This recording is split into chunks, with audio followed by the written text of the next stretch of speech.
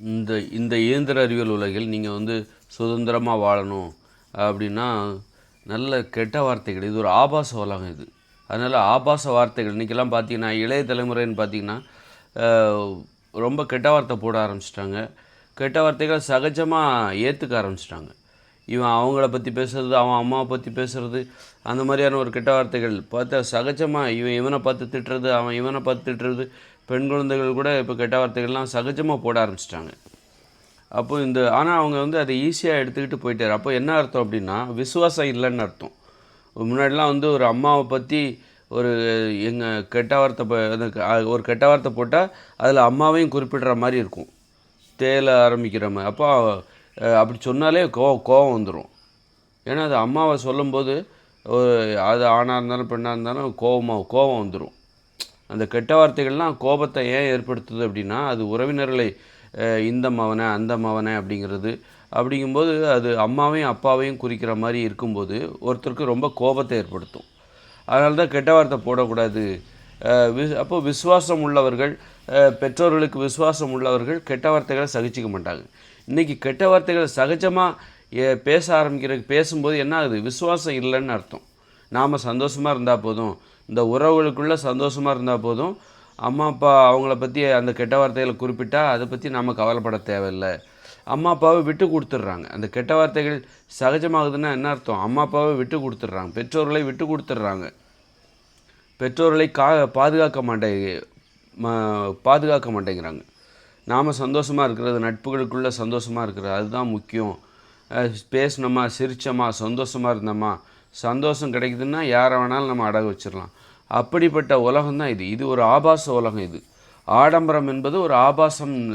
ஆடம்பர வாழ்க்கை என்பது ஒரு ஆபாசமான வாழ்க்கை. இது நம்ம எளிமையாக வாழ்கிறோம்ல, ஒரு தற்சார்பு வாழ்க்கை முறை. இன்றைக்கி பாருங்க, பிறரை அடிமைப்படுத்தி தானே நீ வாழ்கிற. நீ வந்து உன் வீடெல்லாம் பெருசாக இருக்குது, ஆனால் உன்னுடைய உணவை நீ வேலைக்கு உன்னை போல மனிதர்களை வைத்து சமைத்து கொள்கிறாய்.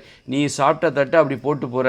உன்னை போல மனிதர் அவர் தான் நீ சாப்பிட்ட தட்டை கழுவுறாரு அப்படின்னா கழுவுறாங்க அல்லது துணி துவைக்கிறாங்க. உன் சாட்டை துணி இன்னொரு உன்னை போல் ஒரு மனிதர், மனைவியாக இருக்கலாம், வேலைக்காரங்களாக இருக்கலாம். இப்படி மனிதர்களை வைத்து தானே நீ சரி பண்ணுற. நீ பயன்படுத்தின ஒரு டாய்லெட்டை உன்னை போல் மனிதரை வைத்து வேலை வாங்குகிறாய் அப்படின்னா நீ என்ன பெரிய இன்னும் வானத்திலேருந்து வந்தியா? நீயும் ஒரு மனிதர் தானே. அப்போ இது வந்து ஆடம்பரம் என்பது, ஆடம்பரம் வந்ததுக்கப்புறம் தான் இப்படி வந்தது. நம்ம கடந்த காலத்தில் இருக்கும்போது ஏழைகளாக இருந்தோம், குடிசையில் வாழ்ந்தோம், அப்போல்லாம் இப்படி கிடையாதுல்ல. அப்போ இந்த ஆடம்பரம் இதுதான் முன்னேற்றம்னா இது ஒரு ஆபாசம். இது ஒரு அராஜகம், ஒரு ஆபாசம், அடிமைத்தனம். இது வந்து இதில் ஒன்றும் பார்க்குறதுக்கு அழகாக இருக்கும். ஒரு ஆபாசம், ஒரு ஆடம்பரம் எப்படி இருக்கும், பார்க்குறதுக்கு அழகாக இருக்கும். அப்படின்னா என்ன அர்த்தம், ஒரு ஆபாசம் எப்படி இருக்கும், ஒரு பார்க்குறதுக்கு அழகாக இருக்கும். ஒரு விபச்சாரம் செய்கிற ஒரு பெண் வந்து ஒப்பனை செய்து கொள்வது போல தான் இது. ஒரு அழகாக ஒப்பனை செய்து கொள்கிறார்கள் அல்லவா, ஒரு கஸ்டமரை ஈர்ப்பதற்காக. அதுபோல தான் இது அழகுபடுத்தி கொள்கிற. நம்ம அழகாக இருக்குது அப்படிங்கிறது இது ஒரு ஆபாச உலகம். ஆபாச உலகம் தன்னை அழகுபடுத்தி கொள்கிறது. மின் விளக்குகளால் அழகுபடுத்தி கொள்கிறது. விமான ஊர்திகள் மேலே பறக்குது, கப்பல் போகுது. இப்படி கட்டடங்கள், சாலைகள், மேம்பாலங்கள், மெட்ரோ ட்ரெயின், இப்படி வண்ண விளக்குகள், ஆடை அலங்காரங்கள், நகைகள், ஆடம்பர உணவுகள், மாமிசம், மீன், முட்டை, தயிர், மோர், பால், வெண்ணெய், நெய், சோம்பேறித்தனம், யாரோ உழைக்கிறாங்க, யாரோ சும்மா உட்காந்து சாப்பிட்றாங்க, அடிமைத்தனம், பெண்களை அடிமைப்படுத்துறது, இப்படிப்பட்ட ஆபாசமான உலகம். இங்கே வந்து நீ சுதந்திரமாக வாழணும், சுதந்திரமாக பேசணும் அப்படின்னா அதற்கு ஒரு வழி இருக்குது. நல்ல கெட்ட வார்த்தை போடுறது. விசுவாசமே இருக்கக்கூடாது. உறவுகள் மேலே நீ விசுவாசமே வைக்காத. நீ சந்தோஷமாக இருக்கணும்னா அம்மா அப்பா யாரை வேணாலும் அந்த மவனை இந்த மவனைன்னு நல்லா பேசு. அப்போ தான் நீ எங்கள் அம்மாவை பற்றி பேசுகிறியா, அப்பாவை பற்றி பேசுகிறியா அப்படின்னு நீ கவலைப்பட்டால் அவனால் பேசவே முடியாது. ஏன்னா இது ஒரு ஆபாச உலகம்.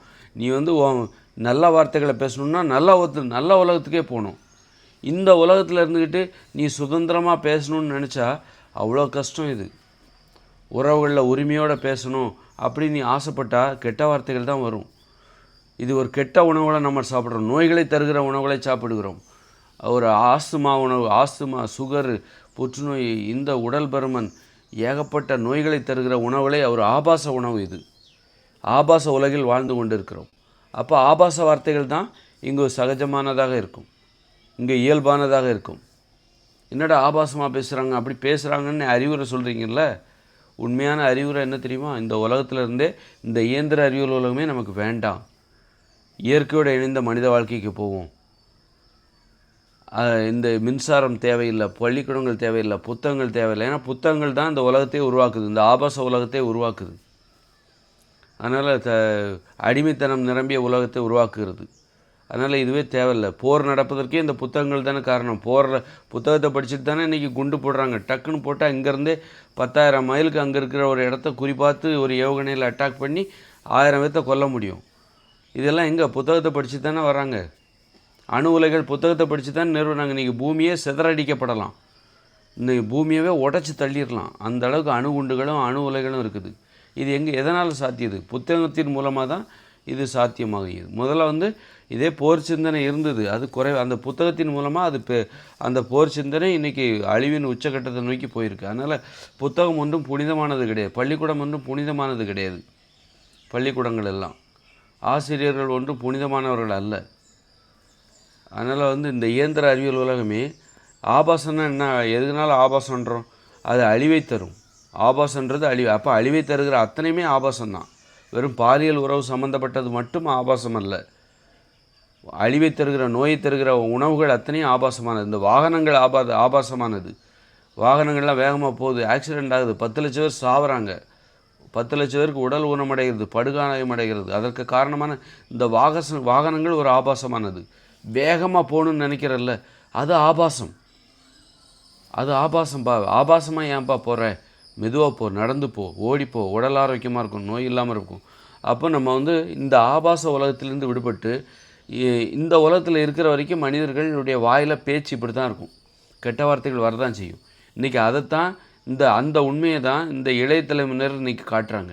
இந்த இளைய தலைமுறையில் பார்த்தா சகஜமாக கெட்ட வார்த்தை பேசுகிறாங்க, அதை எல்லோரும் ஈஸியாக கேட்டுட்டு கடந்து போகிறாங்க. இதுதான் உண்மை. இதைத்தான் நம்ம பேசக்கூடாது, கெட்ட வார்த்தை போடக்கூடாது அப்படி இப்படின்னு சொல்லி பார்த்தோம். இப்படிப்பட்ட உலகத்தில் வாழ்ந்தால் இப்படித்தான் நம்ம பேசுவோம். நாங்கள் பேசுகிறது தப்பு இல்லை, நாங்கள் பேசுகிறதுக்கு இந்த உலகம்தான் காரணம். அதனால் இப்போ கெட்ட வாடை அடிக்குதுன்னா அதுக்கு என் மூக்கு காரணம் கிடையாது. நான் கெட்ட வார்த்தை பேசுகிறேன்னா என் வாய் காரணம் கிடையாது, என்னுடைய சிந்தனை காரணம் கிடையாது. இப்போ எனக்கு கெட்ட நாற்றம் அடிக்கிறதுனா அந்த கூவம், அந்த ஆறு, சாக்கடை ஆறு தான் காரணம். அதை சுத்தப்படுத்து. ஏன் மூக்கை குறை சொல்கிற? மூக்கை குறை சொல்லாத. அங்கே நாற்றம் அடிக்கிறனால தான் என் மூக்கில் அந்த வாசனை வருது. அதுபோல் இந்த உலகம் ஒரு ஆபாசமான உலகம், வன்முறை நிரம்பிய உலகம், அடிமைத்தனம் நிரம்பிய உலகம். நீ சந்தோஷமாக இருக்கிறக்காக யாரை வேணாலும் அடிமைப்படுத்துகிற. ஆபாசம் நோய்களை தருகிற உணவுகள். இப்படிப்பட்ட உலகத்தில் வாழ்ந்தால் நான் கெட்ட வார்த்தை தான் பேசுவேன்.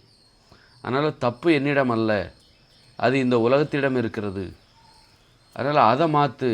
ஒரு தூய்மையான உலகத்துக்கு போ, தற்சார்பு நிறைந்த உலகத்துக்கு போ, மின்சாரம் இல்லாத, புத்தகங்கள் இல்லாத, பள்ளிக்கூடங்கள் இல்லாத உலகத்துக்கு போ, அடிமைத்தனம் இல்லாத உலகத்துக்கு போ. தற்சார்பு அவரவர் உணவை அவரவரே உற்பத்தி செய்யணும். உணவை நீயே சமைக்கணும், பகிர்ந்து உண்ணு.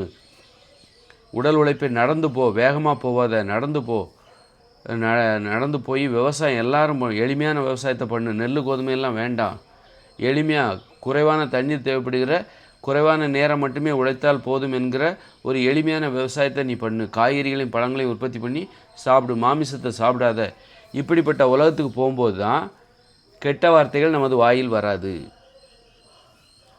அதனால் கெட்ட வார்த்தை வருதுன்னா அதுக்கு நான் காரணம் கிடையாது. கெட்ட ஸ்மெல் வருதுன்னா அதுக்கு என் மூக்கு காரணம் கிடையாது. அந்த சாக்கடையை மாற்று. சாக்கடை இல்லாத ஒரு இடத்துக்கு போ, தூய்மையான இடத்துக்கு போனால் அந்த ஸ்மெல் அந்த மூக்கில் வராது. அதுபோல் நீ ஒரு தூய்மையான உலகத்துக்கு போயிட்டேன்னா கெட்ட வார்த்தைகள் உன் வாயில் வராது, ஆபாசமான வார்த்தைகள் வராது. வாழ்கிறது ஆபாசமான உலகத்தில். ஆனால் கெட்ட வார்த்தை மட்டும் பேசாதுன்னா எப்படி?